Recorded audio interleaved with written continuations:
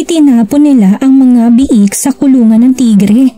Ang mangyayari sa susunod ay inyong ikakagulat. Kung minsan may mga nangyayari sa ating buhay na hindi natin inaasahan. Ang ilang zookeepers noon sa isang zoo ay nagpakawala ng ilang biik sa loob ng kulungan ng tigre. Iniisip na malalamon sila ng madalian pero natigilan sila sa ginawa ng tigre na hindi nila lubos akalain. Noon pa man, ayon sa kwento-kwento at ayon sa ating mga nababasa, ang pagkakaunawa natin sa mga malalaking pusa gaya ng tigre ay mga mababangis at agresibong mga nilalang. Kung tutuusin ay totoo naman. Pero kung minsan ang mga mababangis na hayop na ito ay pwede ding makapagbigay ng sorpresa sa iyo sa ibang paraan.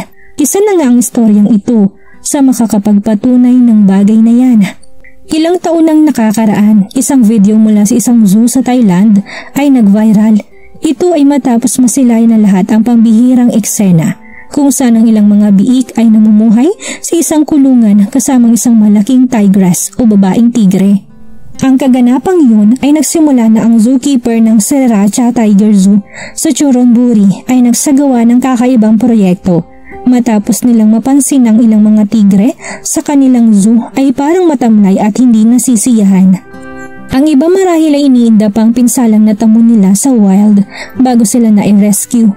Kagaya na lamang ng isang tigre doon na pinangalanan nilang Sumay na nalagay sa isang madilim na sitwasyon simulat sa pool ng kanyang kapanganakan. Ang tigress na si Sumay ay namumuhay na sa zoo na yon sa loob ng maraming taon.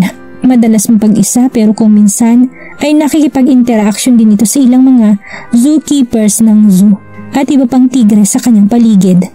Masasabi nila na kontento na si Sumay sa kanyang nagiging buhay sa zoo.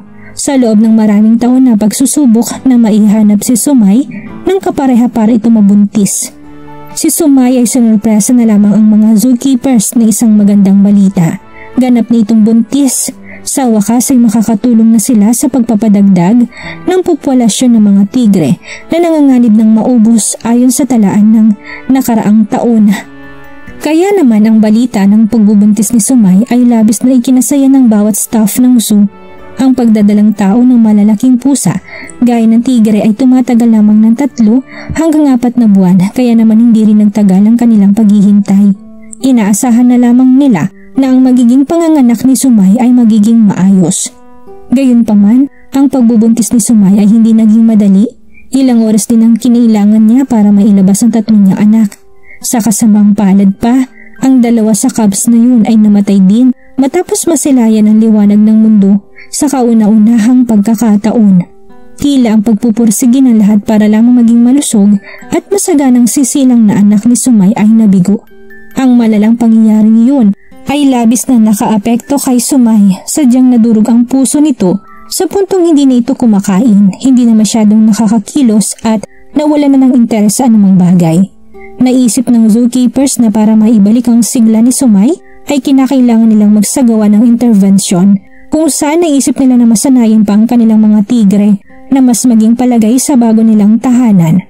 Kasama nanditong gagawin nilang paghahalo sa prey at predators sa loob ng isang kontroladong paligid kung saan masusuri ang kanilang bawat galaw sa bawat pagkakataon. Nagbabakasakali sila na baka sa pamamagitan ng isang prey ay maging kalmadong mga mababangis nilang alaga. Isang kakaibang eksperimento na kanila namang napag-aralan kaya alam nilang may posibilidad na ito'y gumana. Sinimulan nila ito sa paglalagay ng maliit na prey sa kulungan kasama isang babaeng predator. Nais nilang malaman kung mas mananaig bang instinct nila bilang isang ina kung aatakihin ba nila ang isang mahina at walang kalaban-laban na prey o hindi. At ang napili nga nilang unahin sa proyektong yon ay isa sa paborito nilang tigre na si Sumay. Simula nang mamatayan ito ng anak ay naging matamlay na ito sa labis na pangungulila. Sa isang kulungan naman ng baboy, ilang kwartong layo mula sa kulungan ng mga tigre. Ang isang baboy doon na si Flea ay katatapos lamang manganak ng 12 biik. Ang zookeepers naman ay pumasok doon para kunin si Flea, kasama ang 3 nitong biik para ipakilala kay Sumay. Nung unay, hindi pa nila pinasok ang mga biik sa kulungan ng tigre. Sa halip ay hinayaan na muna nila na mapagmasdan ng mga biik si Sumay. mula sa labas ng kulungan nito kagaya ng ginawa ng iba na nais mag-hello sa kanya. Si Sumay nang unay napapatingin naman sa mga biik na animoy nag-iimbestiga. Pero kasunod noon hindi na niya ito papansinin.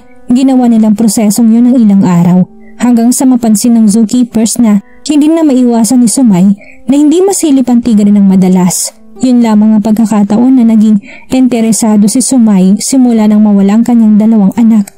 Kaya naman ang proyekto'y tinuloy na nila sa susunod na hakbang. Isang umaga ay dinala nilang muli ang mga biik sa harap ng kulungan ni Sumay, kagaya ng normal nilang ginagawa. Si Sumay naman gaya ng kanilang inaasahan ay minamasdan ng mga ito mula sa kanyang pinupwestuhan. Dito na sila napagdesisyon na kunin ang mga biik at isa-isa itong pakawalan sa kulungan ni Sumay. Noong una ay napatayo ang malaking predator at waring naguluhan. Ang mga staff ay napupunan na rin ang maraming katanungang bumabalot sa isip ni Sumay base sa ipinapakita nitong ekspresyon. Dito na nangyari ang isang bagay na tila hindi kapanipaniwala para sa iilan. Isa-isang mga biik ay nagsimula ng magpalitan sa tigre. Mahina man sila at maliit, pero imbis na takot ay naging ligtas ang pakiramdam nila sa piling ni Sumay.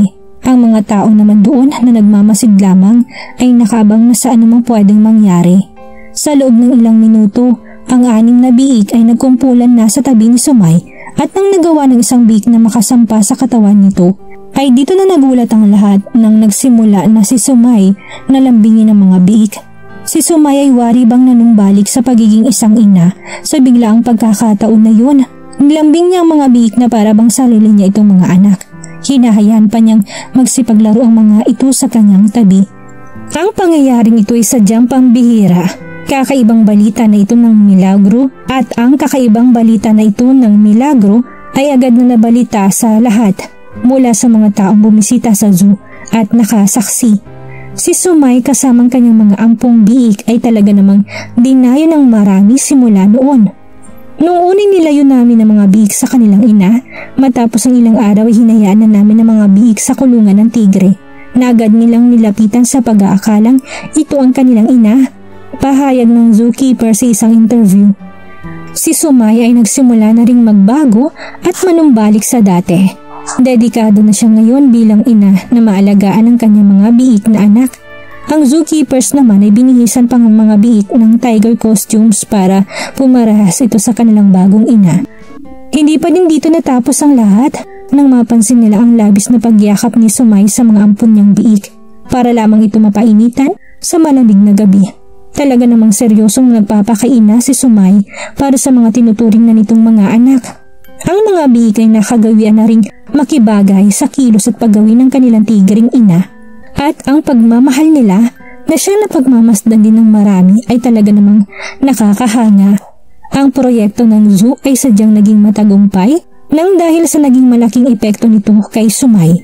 Mula sa pagiging depressed ni Sumay sa pagkawala ng kanyang mga anak, mula sa pagiging isang masayang ina, hindi na rin nakakaramdam si Sumay ng pag-iisa dahil palaging nandyan ang kanyang mga anak na biik para pasiyahin siya sa bawat oras.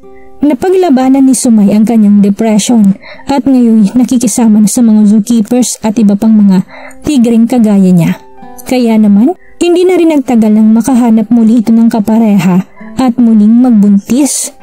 Makalipas ang taon matapos ang eksperimento, si Sumay ay nagsilang ng malulusog na 3 cubs. Si Sumay ay mas lalo pang naging masaya sa kanyang pagiging inang muli. Hindi na rin nag-atubili si Sumay na ipakilala ang kanyang 3 anak sa 6 nitong mga kapatid na biik at lahat sila ay matiwasay na nagkakasama-sama. Ang larawan ng mga cubs ay mabilis na kumalat sa internet at nagsimulan namang mag-trend sa social media. Nagpapakita sa buong mundo na ang pagmamahal ng pamilya ay kayang magpagaling ng anumang sugat. Sadyang mahirap isipin na ang isang tigre at mga biik ay pwedeng magsama sa iisang lugar. Pero nagawa itong posible ng zoo sa Thailand. Kayo ba? Sa tingin niyo ba ay gagana din ang eksperimentong yon sa ibang hayop?